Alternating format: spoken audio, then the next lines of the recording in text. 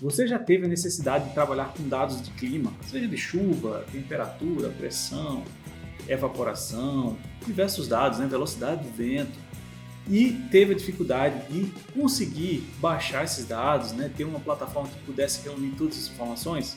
Então agora eu vou ensinar para vocês como baixar os dados do Era 5 Land, onde você vai ter a oportunidade de baixar todas as informações da superfície da Terra de uma série histórica que vai de 1950 até a data atual. Então, realmente está show de bola esse tutorial. Vem comigo que eu vou te mostrar.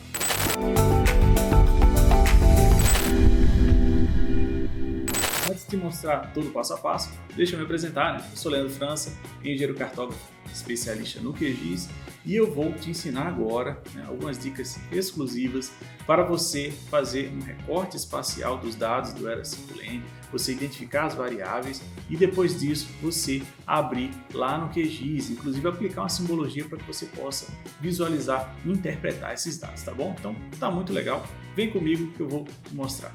Bora lá!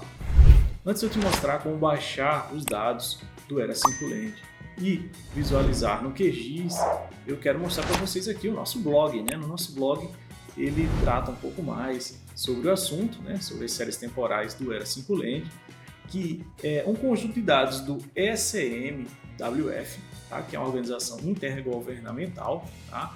Que a sede fica na Europa, e ele tem, né, esse objetivo aqui de fazer previsões meteorológicas, né, estudos aí, inclusive armazenar um grande dataset para que você possa fazer toda essa análise, né, de série de estudo do clima, tá? Bem, e o Era 5 Land nada mais é do que um conjunto de dados voltados para as informações superficiais de chuva, de temperatura, de escoamento, de evaporação, ou seja, um conjunto de dados bem completo, e é esse aí que eu vou mostrar para vocês, tá?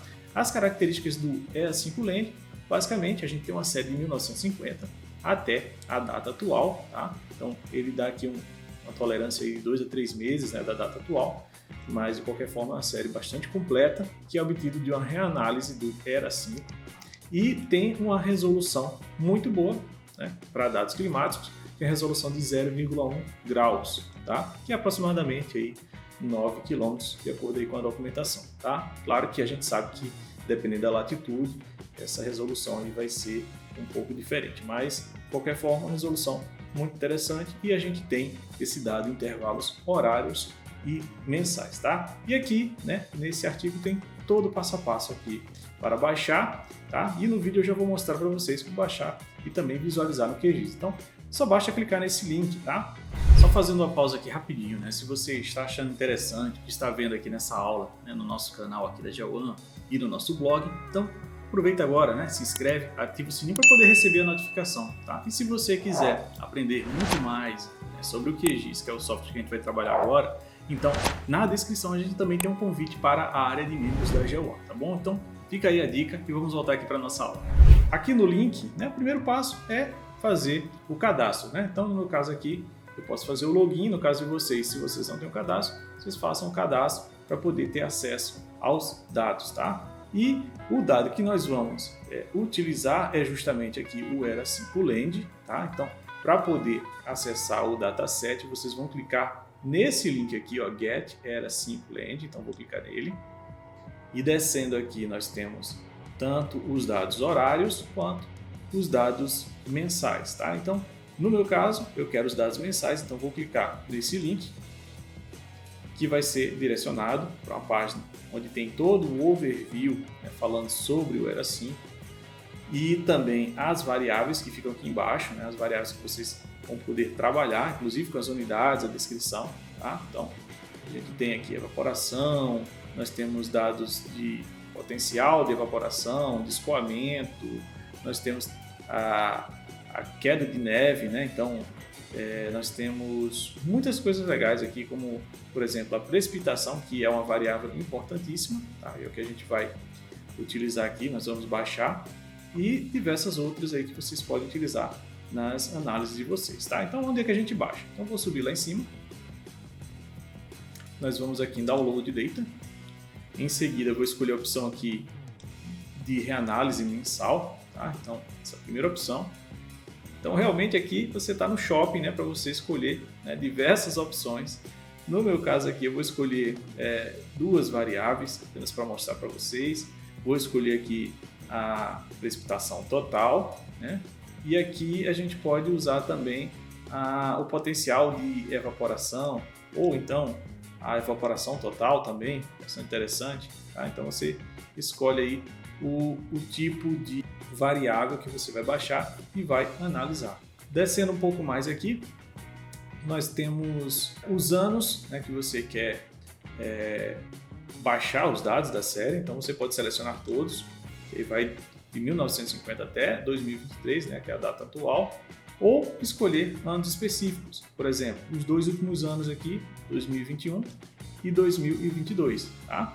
Em seguida, nós temos aqui os meses, né, então você pode escolher todos os meses, e aqui a hora, né, como a gente está fazendo com dados mensais, então a gente só vai pegar a partir aqui da 0 hora. Tá?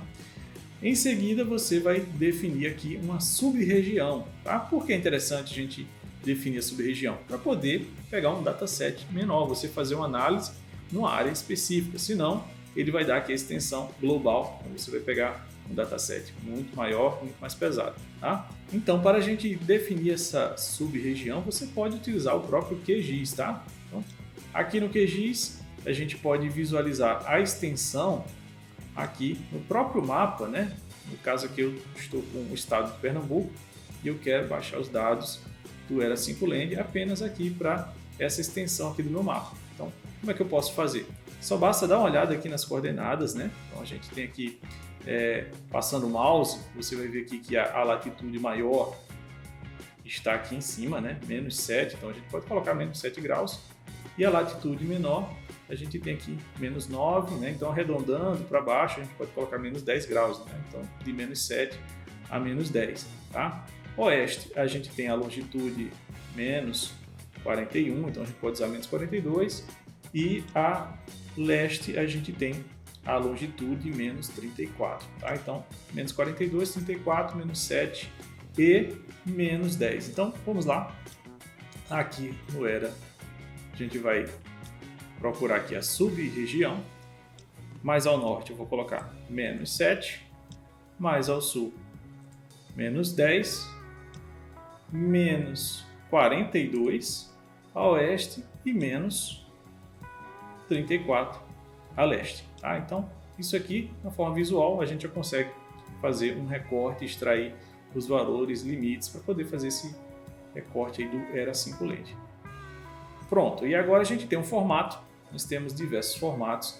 2 formatos são experimentais, então não é garantido que fique legal esse formato, mas de qualquer forma eu vou escolher aqui o arquivo netcfd3, tá? E depois a gente vai baixar também aqui o GRIP, tá? Pegar esse mesmo dataset, baixar, né, com os 2 formatos e a gente vai testar agora no QGIS, tá? No meu caso, como eu não fiz o login, tá? Então no final ele pede sim para fazer o login, só consegue baixar os dados quem tem o login. Então eu vou clicar aqui, feito o meu login, a gente volta aqui para os produtos, o legal aqui fica marcado aqui, né, tudo que você já escolheu, e vamos descer aqui para a sub-região e a gente vai, né, agora aqui submit for. Legal. E agora ele vai dar um tempo aqui de duração para baixar os dados.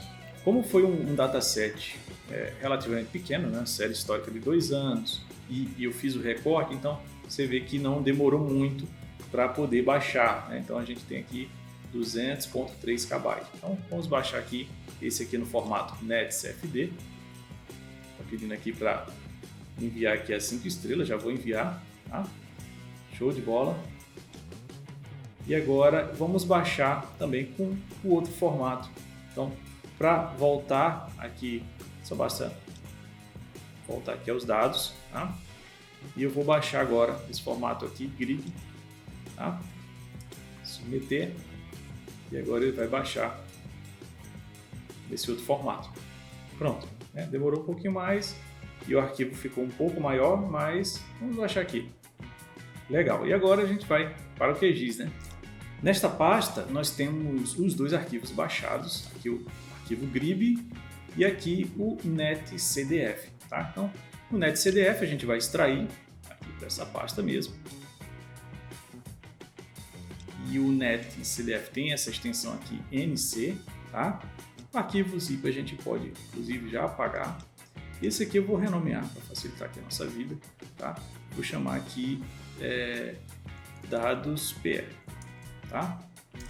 Show de bola! E agora, como é que a gente faz para abrir, né, tanto o GRIB quanto o netcdf, tá? Então, só basta arrastar, tá? Vou arrastar aqui o GRIB, que é aquele arquivo padrão, né? Então, vai aparecer para mim aqui duas opções, né? Um raster e uma malha. Vou carregar os dois para a gente verificar aqui no QGIS como é que funciona.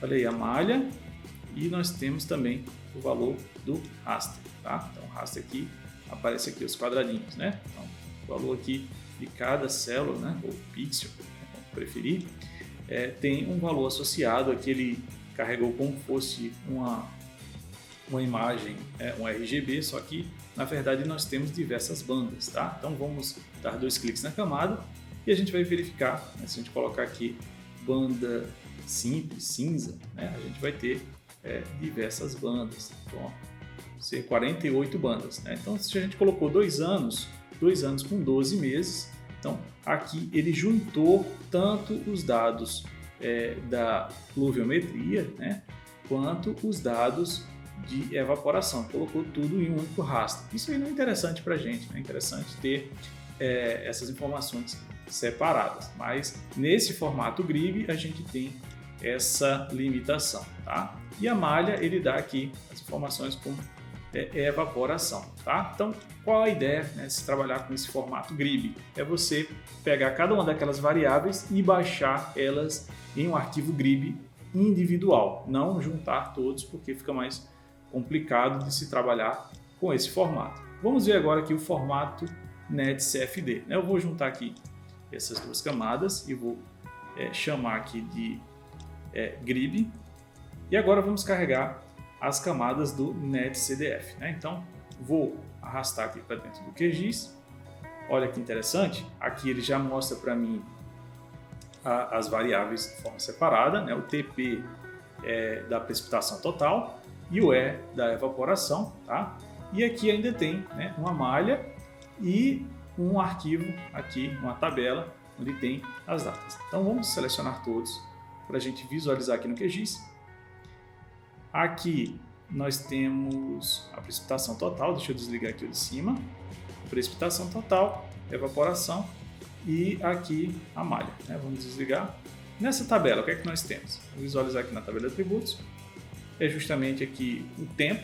Esse tempo corresponde ao número de horas a partir de 1900, 1º de janeiro de 1900, e está relacionado justamente a cada uma das bandas desses arquivos. Se você for aqui na propriedade, por exemplo, da precipitação, né, que a gente pode alterar aqui para uma falsa cor, né, a gente tem aqui a precipitação. Pode colocar uma escala de cores aqui para poder visualizar melhor. Vamos ajustar. Então, ok.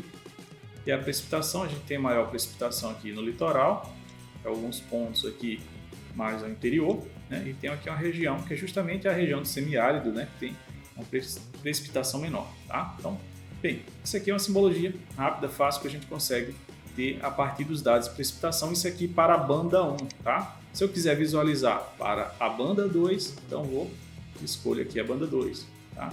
Aí já temos uma característica um pouco diferente. Se eu quiser visualizar para o mês de junho, né? Então cada banda corresponde a um mês, né? Então janeiro, fevereiro, março, abril, junho. Então seleciono junho e a gente tem aqui os dados de precipitação, né, dentro dessa escala de cor, né, para o mês de junho, tá? Então aqui você pode variar e brincar. E observe que nós temos aqui, no caso, 24 bandas. Então, como a gente tem 2 anos, a gente baixou os dados 2021, 2022. Então, aqui a gente tem aqui 24 bandas, tá? Show de bola. Então, para 12 meses, né, a gente tem todas as informações aí da série de precipitação, né, nesse caso. No caso da evaporação, é a mesma coisa, tá? Evaporação também a gente pode colocar também uma falsa cor e fazer uma interpretação dessa questão da evaporação. A gente pode fazer uma simbologia aqui um pouco diferente. Eu posso inclusive inverter aqui o gradiente, deixar aqui a evaporação maior do preto. Tá? Então vamos clicar aqui em OK e nós temos justamente essa característica aqui de evaporação. Legal? Bom, o que é que falta mais, né? Então agora a gente vai mostrar para vocês como extrair as informações, né, de determinados pontos. Tá? Então você pode criar uma camada de pontos ou utilizar uma base que você tenha, seja da ANA, seja de estações pluviométricas, para poder fazer a comparação, a validação desses dados. A gente fica por aqui nessa aula, mas não esquece de deixar aquele seu like, né? Compartilha também com seus colegas, não guarda essa informação só para você, então seus amigos de trabalho, da universidade, né? Do seu curso, né? Fica à vontade aí para compartilhar e olha só, de repente essa dica, esse tutorial te ajudou demais, você também pode fazer aquela colaboração, né? Tem um coração aí que você pode, né, fazer a sua doação para que a gente produza mais e mais conteúdos de qualidade para você, tá bom? Então é isso, um grande abraço e até a próxima.